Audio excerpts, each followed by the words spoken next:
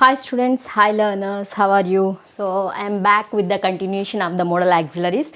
Now let us see the remaining modal auxiliaries. So almost all the auxiliaries which we are doing it here, it is so the may and might. Let's start with may and might. Now you might have heard from the beginning, from the day one when you have started going to the schools. So it is may I come in teacher. First word which we have heard is that may I come in teacher. First sentence, in fact, first sentence which you have learnt is may I come in teacher. So when we say this may I come in teacher, it's a permission is one thing, and that permission also as a request. That permission is also as a request. So in the can we have seen it's also a request, but it's a informal thing. So to the friends and to the juniors and to the family members where we have much intimacy, we use can. So can I take your pen? Can I take your bike? Can I use your phone for a few days? Likewise. So it is can is most informal and may is little formal, and could which we have seen is the politest, the most formal thing. So now the word sentences are now may I join the class, may I join the class. Likewise now you can make anything whichever you wish. So you will start with the may, which is neither too formal nor very informal. Now so after this the other thing it is this is about the probability or possibility. It's about the probability and possibility. Probability is of something like this. It is 50-50 chances. When we have, that is what, either 40-60 chances. It is the probability which we assume and guess. So he may pass, when we say he may pass that, so my intention it might be 50-50 chances, or otherwise I can say that means if I think that 60% he may pass and 40% I doubt it, then what is the sentence I use? It is that may. I use may. He may pass the exam. He may come late today, because I have seen while coming to the school, I have seen him still brushing. So he is brushing at 9 o'clock. So definitely it's a confirmation. He will come late. So if you have to say that you are sure of that and certain, you have the confidence, then you can say he will come late. But anyhow you have a guess that he may be late, so then you can say he may be late, he may come late to the school. Likewise the possibility, for example, one more example I have written, you may have to pay the fine because you have not bought the ticket. That whole sentence I have not written. So see, when you don't buy a ticket, definitely the other co-passenger has a discussion with you, and he says that in hurry I entered into the train and I did not buy the ticket. Then the co-passenger says that you may have to, so what will happen? You may have to pay the fine. So the TC will come and he will ask you, will ask you about the ticket. Then he may collect the fine from you. So you may have to pay the fine. That is what is may. So it is the possibility or the probability. The other thing it is that may and might, it is I have written, it may rain. It may rain. So we see that it is the morning I have seen it's cloudy, and as it is a rainy season, so I guess it may rain. So I guess it may rain. So when we are little higher confident, so the degree of this probability is, when it is higher for us, we go for the might. The might is also used for the possibilities and probabilities only. It might rain. So so it may rain, it might rain. How it differs, it is that it may rain, you are not of that sure, but when you say that it might rain, you are little higher. So your confidence is little higher on the rain. So you have seen the dark clouds and you have seen the breeze, change in the breeze, and now you are experiencing a kind of weather, then you will say it is that it might rain. So you won't say that it may rain. So because you started experiencing the symptoms of the rain. So before it's going to rain, you will see the dark clouds and you will start smelling some earth smell. So certain things will make you confirm that it might rain. That's what is might rain, and may rain is 50-50 chances. You are just guessing it. So it might rain. Now may and might. So this is how. Might is also used to take the permission, but it is very less we use it. Might I join the class? May I join the class, or might I join the class? We can use, but in general we use it less. So what do we use it is that, can I come to the class if the teacher is my friend? So may I come in if the teacher is unknown to me? So could I come in if I know that teacher is our principal? So likewise, so depending upon our what we call it is portfolio, so we use the form the modal auxiliaries which help us to take the permission. Now, so this is about the may and might. Now let's see with the very important thing, it is must, should, ought to. These are the things which we have to learn very thoroughly. It is must, should and ought to. Please excuse me, let me check once. Yeah, thank you. It's continuing.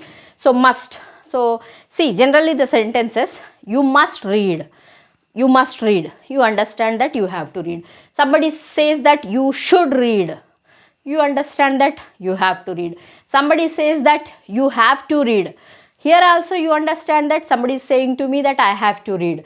And you ought to read. Here also is some insist that it is I have to read. It is ought to read is I have to read. But there is a little difference in this. Must, should, have and ought.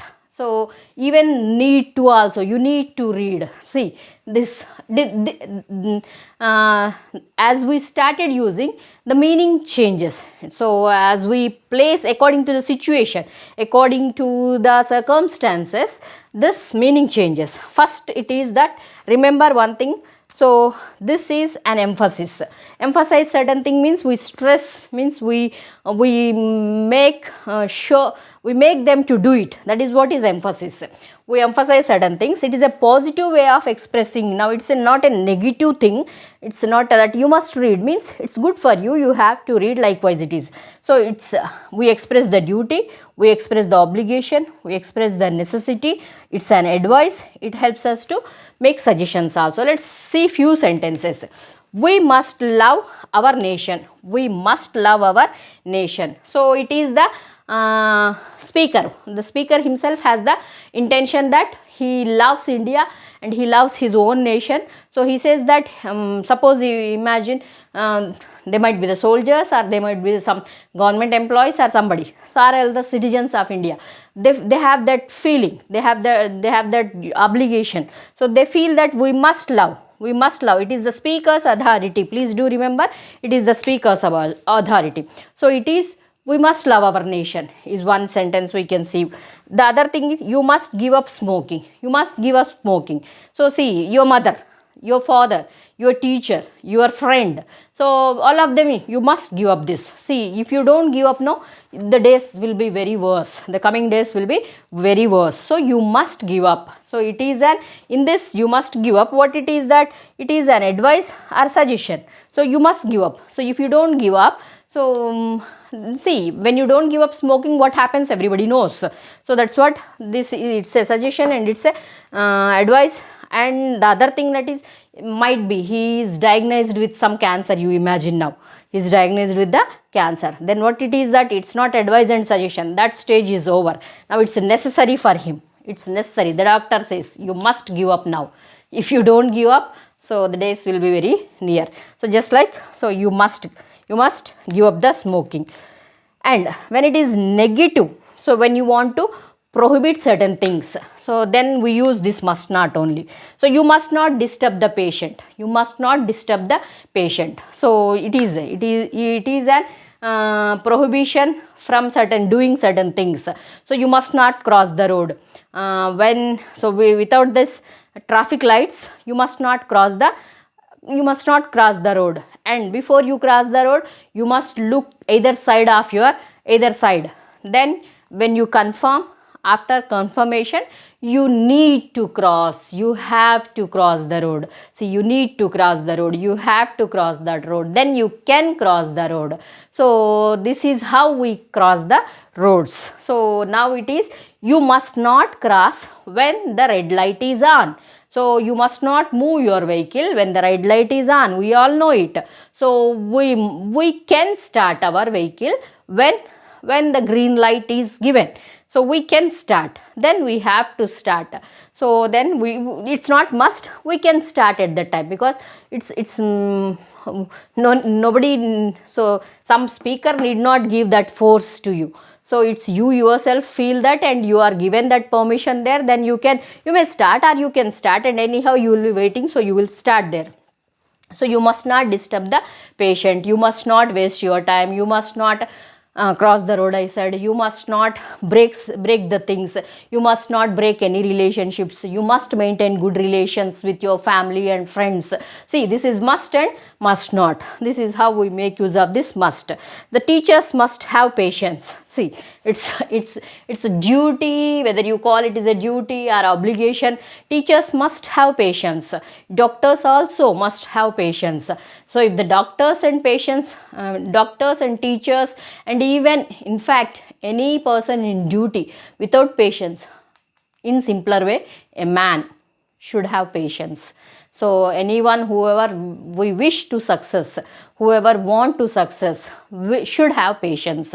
So one must have patience, one must. See, I said that teacher must have patience. It's a obligation for the teacher, and it is that as a teacher I say that I must have patience. And somebody is saying that some authority or somebody is saying that all teachers must have patience. And when it is that should have patience, a teacher should have patience, generally a common man comes and he is no way connected to the teacher and their profession. He says that, yeah, we know that teacher in my opinion teacher should have patience. He can't say that teacher must have patience, right? He will say that teacher generally teacher should have patience. So why it is not? A parent also can say that a teacher should have patience, and parent can insist also, because parents are the people one who are much related with the teachers.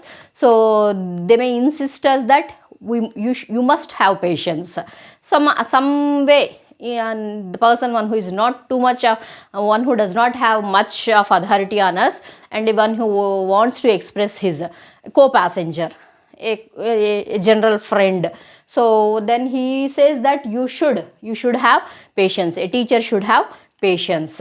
So now assumptions. What is assumption? Assumption is something in the previous class when we have taken that the flying object couldn't be a bird because it must. So as it must, so it must be an aeroplane as it has lights, it must be an aeroplane. So what he said it is that he assumed, he guessed that the lights gave him the hint that it must be an aeroplane. So that's what is the assumption. Here it is that he is preparing food. So generally one who prepares food, what do we say? He must be cook. So imagine that you one of my friends, so one of your friend comes to your home, they find your father in the kitchen. So they will say that your father might be cook, your father might be cook. So your father must be cook also. Your father might be cook, it is the probability. Your father must be cook. So as he is in the kitchen, for example, this for one more sentence, your father prepares very nice tea and he serves you, then he must be a well experienced cook, he must be a well experienced person. So he has prepared the tea well, so he must be. So you guess it.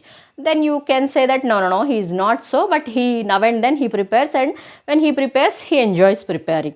So that's why it becomes much tastier. Now it is assumption. See, must is for emphasis. We emphasize his duty, obligation, necessity, advice and suggestion. And to prohibit certain things also, we say with must not. Anybody should not disturb, should not, must not. Must not is the speaker's authority. If I say should not, it is his opinion. So there is co-patient, he says that no, you should not disturb him, he just now fell into sleep, so he was struggling and just now he was resting, so you should not disturb. It is his opinion he expresses, he does not have any authority on us, so he says that you should not, he expresses his. Then external authority, then you have to see, I'll get into that here. Now assumption, prohibition, assumption. Here may and might are for the request for permission. Request for permission. May is majorly used and might is also used now and then. It's not very often used in the regular language. Possibility is so very much we use it. It may rain, we say. It may, he may come late. She may punish you. But when you are certain of some action is going to happen, then you can use might also. So she might punish you. So when you are sure. So now in the train example which I have taken. So when you know this is going to happen, so the ticket collector is going to collect fine from the passenger, co-passenger, one who does not have the ticket.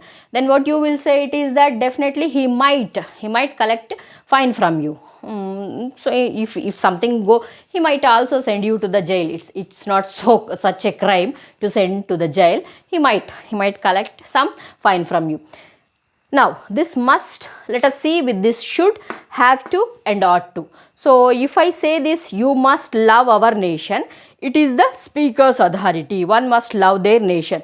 If somebody says that you should love your nation, we should love our nation. So it is the opinion. It is the opinion. Here it's not like duty. So as duty, the soldier says that it's we must love our nation.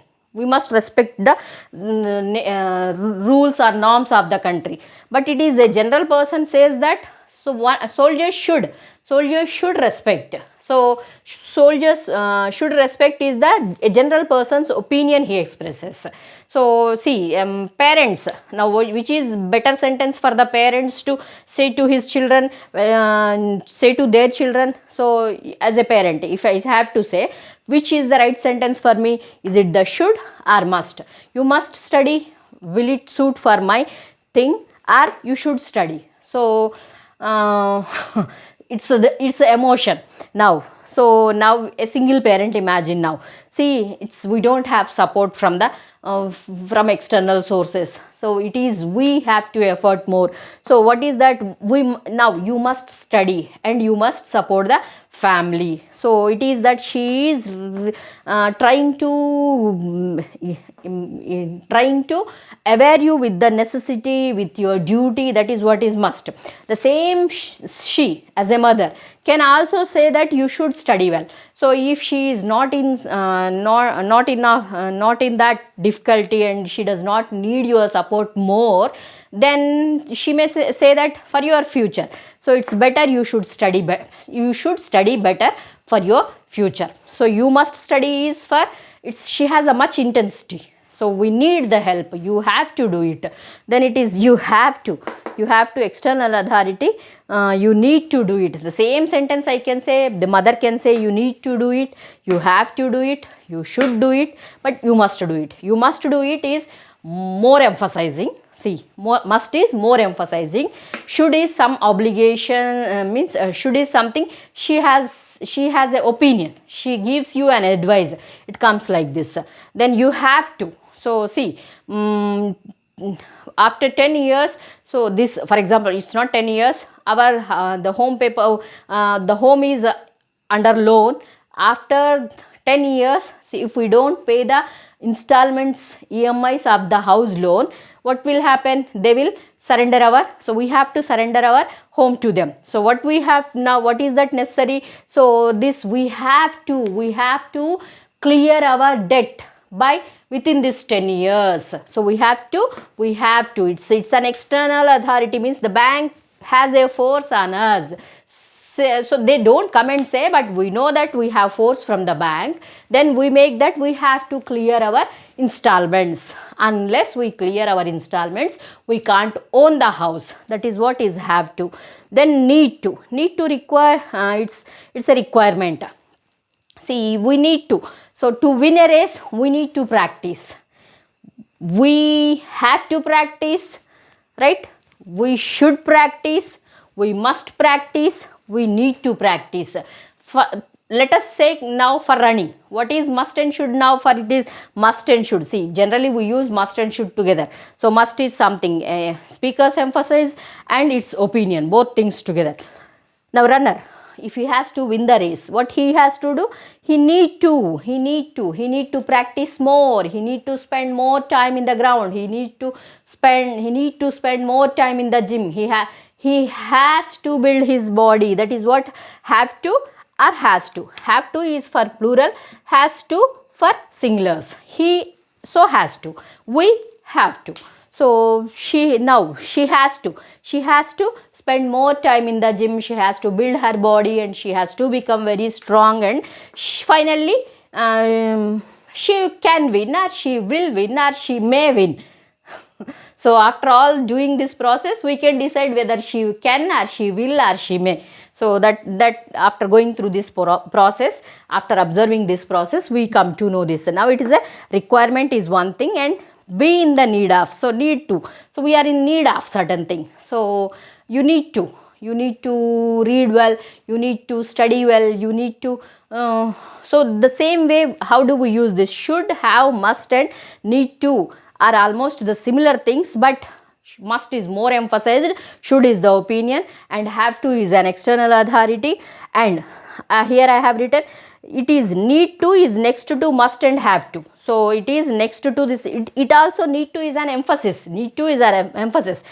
First it is, the first rank goes to must. Then second rank goes to have. Then you may say third, need to. Should is something opinion. It's not emphasis, it's opinion we are saying. The other thing, ought to. Ought to is something, it's not somebody's emphasis, it's not the speaker's opinion. Ought to is some rule. Ought to is some rule. See, the school starts at 9:30 a.m. Then what is that? We ought to be in the prayer. We ought to be in the assembly by 9:30. We ought to be. It's not that we must and we should and we have to. All this you can use, but it is when you feel duty. When you say that we must be in prayer. So when a general person says that one should be in the prayer. The other one says that the external person says that one has to be in the assembly, and assembly in the sense school assembly, it's not some other assembly. Then need to be, it's your duty, you need to be in the prayer. So likewise, now this is, leave all these things. Some authority comes and says that you ought to be in the prayer by 9:30, but you did not come. So that's a norms, rules, terms. Whenever we have certain terms, so it's now in our culture, Indian culture, it's the husbands ought to take care of the family. Parents ought to take care of their children. So parents should take care of their children, parents have to take care of their children, parents must take care of their children, parents ought to take care of their children. So leave all these things, ought. When it comes to, when the case enters into the government, means into the court says, as parent, what did you do? You ought to, it's your responsibility, no? You ought to have taken care of these kids, and you ought to have taught many more morals to them. So when you failed in your duty, they have become criminals. So that's what ought to. So it's a duty, it's a law, it's norms, it's terms. Likewise is ought to. Now let's come to the last two. It is dare to and use it to.